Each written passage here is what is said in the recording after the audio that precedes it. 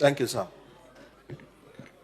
Mr. Speaker, I would like to start by attending to the part where the President indicated that with or without the opposition, they'll go ahead and enact Bill 10.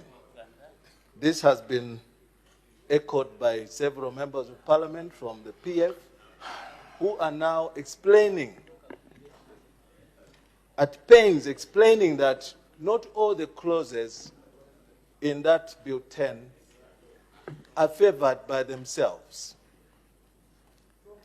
I invite you to take some time and go to Chunga dam site, Kumarabo, Chunga dam site. You will find people there.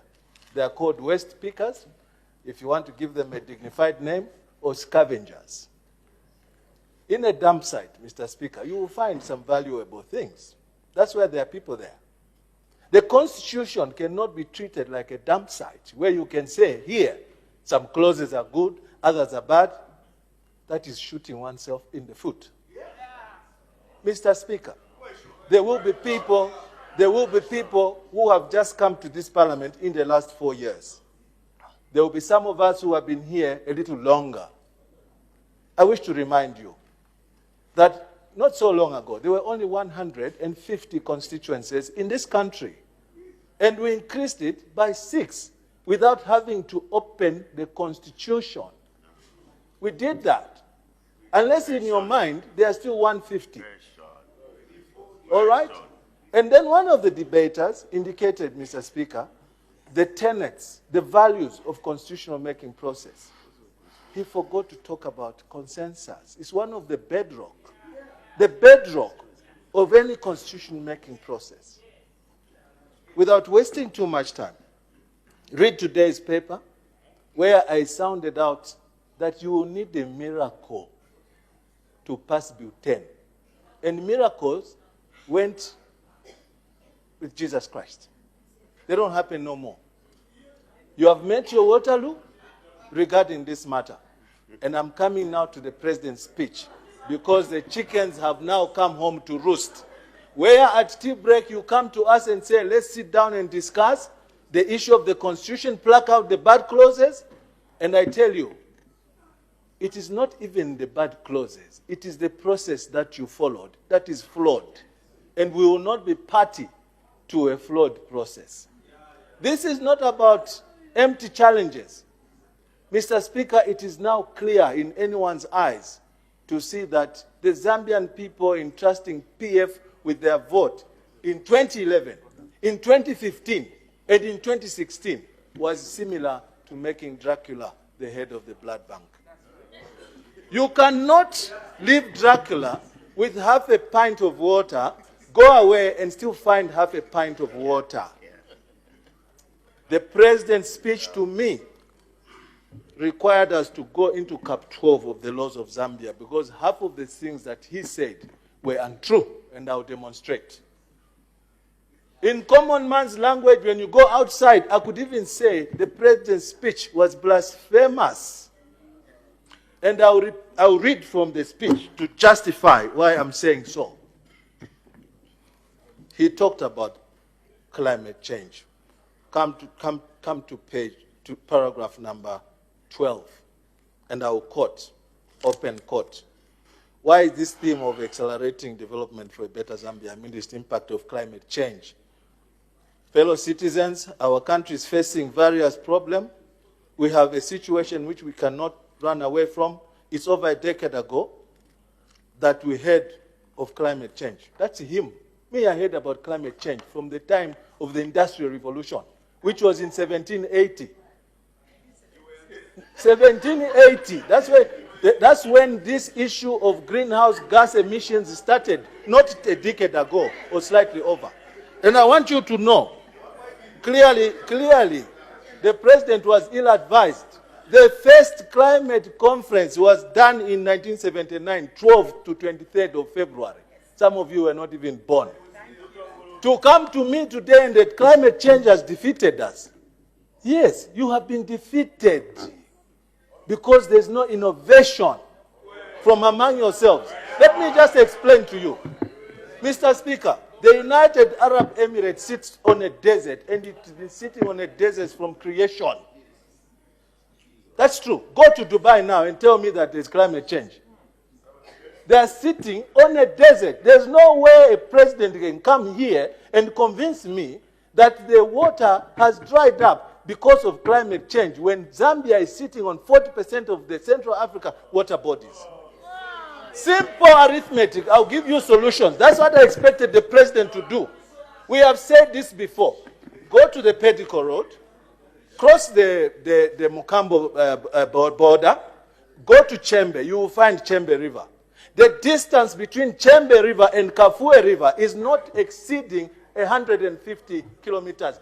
Plug a canal there, fill the Kafue River with water. It will flow all the way to this dam here, and then it will go and generate power.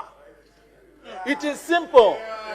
Make a canal to connect Chembe River, which draws water from Luapula River, so that as the water, now we can say we all contribute to power generation. I heard Honorable Nkua saying, no, the people from Southern Province where power is being generated will demand power. Open a canal there. It's simple. It's about 115 kilometers from Chembe River across the Congo into Kafue River. Those are solutions. Not coming here to tell me that we have been defeated by climate change. Mr. Speaker, again, the president may have been ill-advised. The second 8th summit... Member for Mazabuka, just give me 1 minute. Take a seat. Honorable members on the right, if you feel, and I've said this before, there are misstatements, misrepresentations, when your time comes, voice.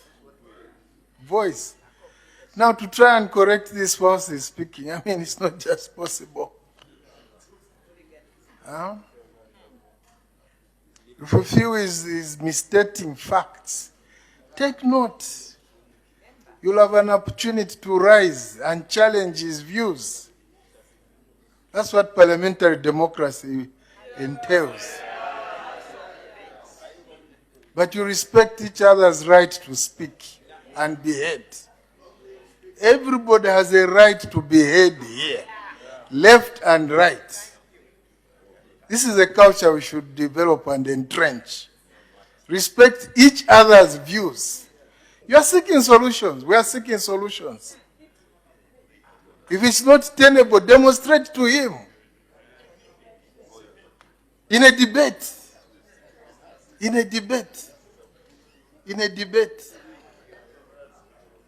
Continue. We're looking for solutions. The second climate change conference, sir, was called the 8th Summit. It happened in Rio de Janeiro in the year 1992. Some of you were just being born. You can't come here and tell me that because of the climate change, now Zambia must suffer the loss and forget to talk about the mismanagement of the economy. Tell me today that the situation that we are in now, at this particular moment, where the Reserve Bank of Zambia is only sitting on 7 weeks of import cover, to be caused by climate change. If there was a crisis now, because we are an importing country, we import oil, we import fuel, we import a lot of things. What is sitting in the central bank there is equivalent to only 7 weeks of import cover. Convince me that it is because of climate change.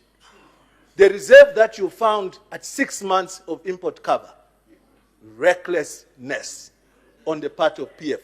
Mr. Speaker, I'm sure if you look at me now and I do this, you can still see my face. Even if I do this, you can still see my torso. You cannot hide behind your finger.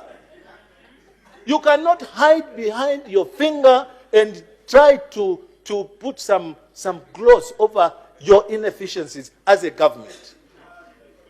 We have a duty to perform.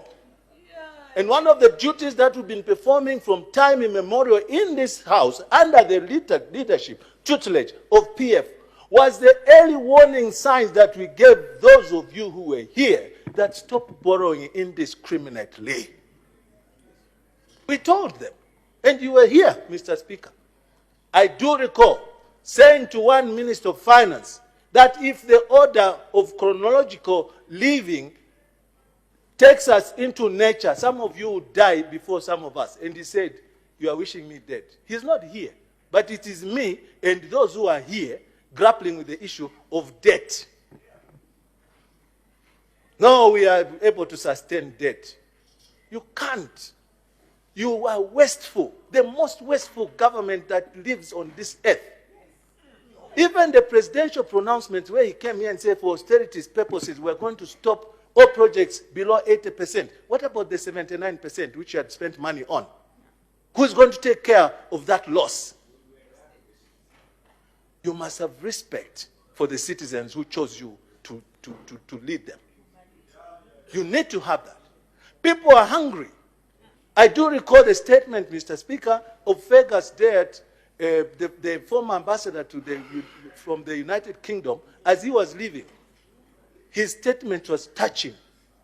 Here we are now, claiming the British are our cooperating partners. We go ahead and declare a hunger situation as a political grouping. We are urging now the WFP, the UN WFP, to also follow suit the DFID to give our people food, including those in Luapula, including those in Eastern Province. You cannot hide behind your finger. You can't. We can see you. In the meantime, Mr. Speaker, we have the Financial Intelligence Center report, which is revealing to us that there is massive corruption under the tutelage of PF, and the president failed to address that issue. 48 houses. You failed to locate the owner.